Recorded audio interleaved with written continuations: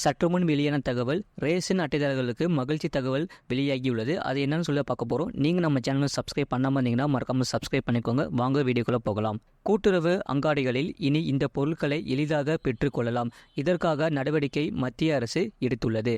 இந்தியாவில் எகிரும் விலைவாசியை குறையும் உணவு பணவீக்கத்தை கட்டுப்படுத்தவும் உணவு தானியங்களை மானிய விலையில் விற்பனை செய்யும் பாரத் பிராண்ட் திட்டத்தை பிரதமர் மோடி துவங்கி வைத்தார். இந்த திட்டத்திற்கு வட மாநிலங்களில் பெரும் வரவேற்பு கிடைத்தது. எனவே தமிழகத்திலும் பாரத் பிராண்ட் பெயரில் பருப்பு வகைகளை மானிய விலையில் விற்பனை செய்யும் திட்டத்தை மத்திய அரசின் NCCF அமைப்பு தொடங்கி இருக்கிறது. இந்த வகையில் தமிழ்நாட்டில் 50 நடமாடும் வேன்கள் மூலம் ஒவ்வொரு மாவட்டத்திலும் உள்ள நகரம் மற்றும் கிராமங்களில் முக்கிய இடங்களில் உள்ள வாடிக்கையாளர்களுக்கு அதிக தரம் வாய்ந்த பருப்பு வகைகளை மானிய விலையில் விற்பனை செய்ய மத்திய அரசு ஏற்பாடு செய்திருக்கிறது. அதன்படி துவரம்பருப்பு 1 கிலோ 60 ரூபாய்க்கும் கோதுமை 27.50 ரூபாய்க்கும் கிடைக்கிறது. இதுபோலவே கோதுமையிலும் அதிரடி கொண்டு வரப்பட்டுள்ளது.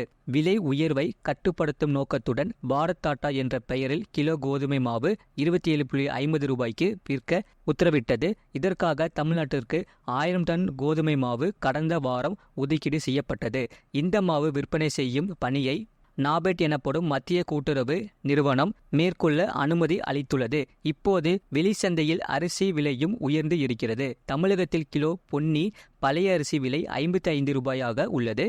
அதேபோல கடந்த வாரம் பாரத் ரைஸ் என்ற பெயரில் கிலோ அரிசியை 29 ரூபாய்க்கு விற்க மத்திய அரசு உத்தரவிட்டது. மொத்தம் 5 லட்சம் டன் பாரத் அரிசி விற்கப்பட உள்ளது. அதில் தமிழ்நாட்டிற்கு 22,000 டன் ஒதுக்கீடு செய்யப்பட்டுள்ளது. பாரத் அரிசி 5 கிலோ மற்றும் 10 கிலோ அளவில் கிடைக்கும். இந்த அரிசியை விற்க தேசிய வேளாண் கூட்டுறவு இணையம், தேசிய கூட்டுறவு நிதி மற்றும் மத்திய பண்டகசாலை கேந்திரிய பந்தர் ஆகியவற்றுக்கு அனுமதி அளிக்கப்பட்டுள்ளது. இந்த நிறுவனங்கள் சென்னை உள்பட முக்கிய நகரங்களில் வேன்களில் பண்டகசாலை கேந்திரிய பந்தர் ஆகியவற்றுக்கு அனுமதி அளித்துள்ளது.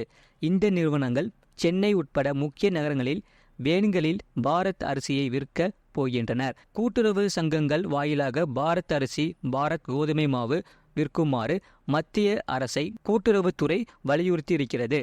குறிப்பாக 100 டன் அளவிற்கு பாரத் டாட்டா குறிப்பிட்ட அளவு அரிசியை கூட்டுறவு அங்காடிகள் வாயிலாக விற்குமாறு மத்திய அரசிடம் வலியுறுத்தி இருக்கிறதாம். மத்திய அரசின் இந்த நடவடிக்கையானது தமிழக மக்களுக்கு பெரும் பலனையும் வரவேற்பையும் பெற்றுத்தரும் என்று நம்பப்படுகிறது.